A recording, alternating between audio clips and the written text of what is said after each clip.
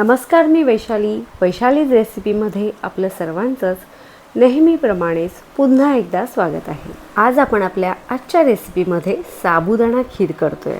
साबुदाणा खीर ही पारंपरिक, पचायला हलकी आणि त्याचबरोबर उपवासासाठी योग्य गोड पदार्थ आहे। चला तर मग पाहूया ही खीर करण्यासाठी लागणारं सर्व साहित्य। साबुदाणा खीर करण्यासाठी आपण वाटीभर साबुदाणे घेतले आहेत। आता यामध्ये पाणी घालून हे साबुदाणे 1 ते 2 वेळा हलक्या हाताने धुवून घ्यायचे। धुतलेल्या साबुदाण्यांमध्ये साबुदाणे बुडतील इतकंच पाणी घालायचं। आपण या साबुदाण्याची खीर करणार आहोत, त्यामुळे 1 ते 2 तास जरी साबुदाणे छान भिजले तरीही उत्तम।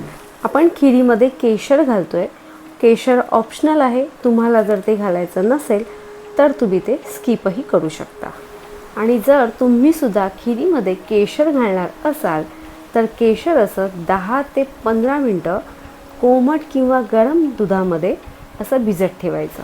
पाहू शकता आपण भिजत घातलेले सर्व साबुदाणे मस्त भिजले आहेत आणि त्याचबरोबर फुलले देखील आहेत। आपण 1 वाटी साबुदाण्यासाठी अर्धी वाटी साखर घेतली आहे। साखरेचं प्रमाण तुम्ही आवडीनुसार कमी जास्त करू शकता। खीर तुम्हाला जितकी पातळ किंवा घट्ट पाहिजे तितकं दूध घ्यायचं। काजूचे काप, मनुके आणि बदामाचे काप, तुम्हाला या व्यतिरिक्त इतर कोणत्या ड्रायफ्रूटचा वापर करायचा असेल तर तुम्ही तसंही करू शकता। केशर घालून दूध आणि त्याचबरोबर वेलची पावडर। खिरीसाठी लागणारं दूध एक साईडला असं गरम करत ठेवायचं। दूध गरम होईपर्यंत खीर करण्यासाठी लागणारं भांडं गरम करत ठेवायचं आणि त्यामध्ये लागेल तितकं तूप घालायचं। आपण चमचाभर तूप घातलं आहे। हे तूप छान गरम झाल्यावर यामध्ये आपण घेतलेले सर्व ड्रायफ्रूट घालायचे। ड्रायफ्रूटला अगदी सोनेरी रंग येईपर्यंत तुपामध्ये छान क्रिस्पी भाजून घ्यायचे। हे क्रिस्पी भाजलेले ड्रायफ्रूट काढून घ्यायचे आणि खिरीमध्ये नंतर घालायचे। ही खीर तुम्ही ड्रायफ्रूट न घालता सुद्धा करू शकता, पण जर तुम्हाला ड्रायफ्रूट ऐवजी आणि काही घालायचं असेल तर तुम्ही आवर्जून किसलेलं ओलं खोबरं घालू शकता। जितकं प्रमाण आपण ड्रायफ्रूटचं घेतलं आहे तितकंच ओल्या खोबऱ्याचं घ्यायचं आणि खिरीला उकळी आल्यावर ते ओलं खोबरं खिरीत घालायचं। हो, खिरीमध्ये खोबरं मात्र आधी घालायचं नाही, कारण खोबऱ्यातील तेलकटपणा उष्णतेमुळे वेगळा होतो आणि म्हणूनच खीर थोडी फाटलेली दिसते। आपले साबुदाणे छान भिजलेले आहेत। उरलेल्या तुपामध्ये हे असे थोडेसे भाजून घ्यायचे। साबुदाणे नाही भाजले तरीही चालतं। डायरेक्ट तुम्ही उकळत्या दुधामध्ये किंवा पाण्यामध्ये तुम्ही साबुदाणे मिक्स करूनही साबुदाण्याची खीर करू शकता। साबुदाणा थोडासा तुपामध्ये परतल्यामुळे तो आणखीन सुट्टा झाला आहे। आता यामध्ये आपण गरम करून घेतलेलं सर्व दूध घालायचं। ही खीर आपण दुधात साबुदाणे छान शिजवून करतो, त्यामुळेच ती आपल्या शरीराला ऊर्जा देणारी आणि त्याचबरोबर पौष्टिक असते। आपण घातलेले सर्व साबुदाणे दुधामध्ये छान मिक्स करून झाल्यावर यामध्ये साखर घालायची।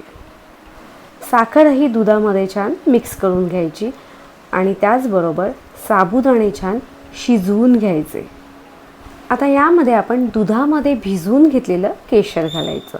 केशर दुधामध्ये असं भिजवून घेतल्यामुळे काय होतं, केशरचा पूर्ण अर्क दुधामध्ये अगदी व्यवस्थित उतरतो, त्यामुळे खिरीला केशरचाही उत्तम फ्लेवर येतो। जर तुम्ही केशर खिरीमध्ये डायरेक्ट घातलात तर केशरचा पाहिजे तसा फ्लेवर खिरीला येत नाही आणि रंगही येत नाही। खिरीला छान उकळी येऊन 8 ते 10 मिनिटं साबुदाणे छान शिजवून घ्यायचे। साबुदाणा मस्त पारदर्शक आणि घातलेल्या साबुदाण्यापेक्षा दुपटीने फुलला की समजून जायचं की साबुदाणा शिजला आहे। श्रावण महिना सुरू झाला आहे। या श्रावण महिन्यात श्रावणी शनिवार, श्रावणी सोमवार, गुरुवार, एकादशीला, येत्या नारळी पौर्णिमेला किंवा तुमच्या कोणत्याही उपवासाला तुम्ही अशी साबुदाणा खीर करून अगदी सहज खाऊ शकता। खीर छान शिजल्यावर सर्वात शेवटी या खिरीमध्ये आपण भाजून घेतलेले ड्रायफ्रूट घालायचे। ड्रायफ्रूट घातल्यावर गॅस बंद करायचा आणि त्याचबरोबर आपण घेतलेली वेलची पावडर घालायची। वेलची पावडर घातल्यामुळे देखील या खिरीला अप्रतिम फ्लेवर येतो. घातलेली वेलची पावडरही अगदी व्यवस्थित मिक्स करून घ्यायची. साबुदाणा खीर ही पचायला हलकी असल्यामुळे तुम्ही ती लहान मुलांनाही भरवू शकता. साबुदाणा खीर गरम असतानाही खायला छान लागते, त्याचबरोबर थंड झाली तरी देखील ती खायला छान लागते. त्यामुळे अशी साबुदाणा खीर करून तुम्ही डब्यालाही नेऊ शकता. वेळ झाली आता निरोपाची. तुम्हाला जर आपली आजची रेसिपी आवडली असेल तर आपल्या रेसिपीला लाईक करा, जास्तीत जास्त शेअर करा. नवीन असाल तर सबस्क्राईब देखील करा. बेलचं बटनही दाबा आणि ज्याप्रमाणे तुम्ही आपल्या सर्व रेसिपीज पाहता त्याचप्रमाणे पाहत राहा. पाहता पाहता करतही राहा आणि करून झाल्यावर कमेंटमध्ये मात्र नक्की सांगा तुमची रेसिपी कशी झाली.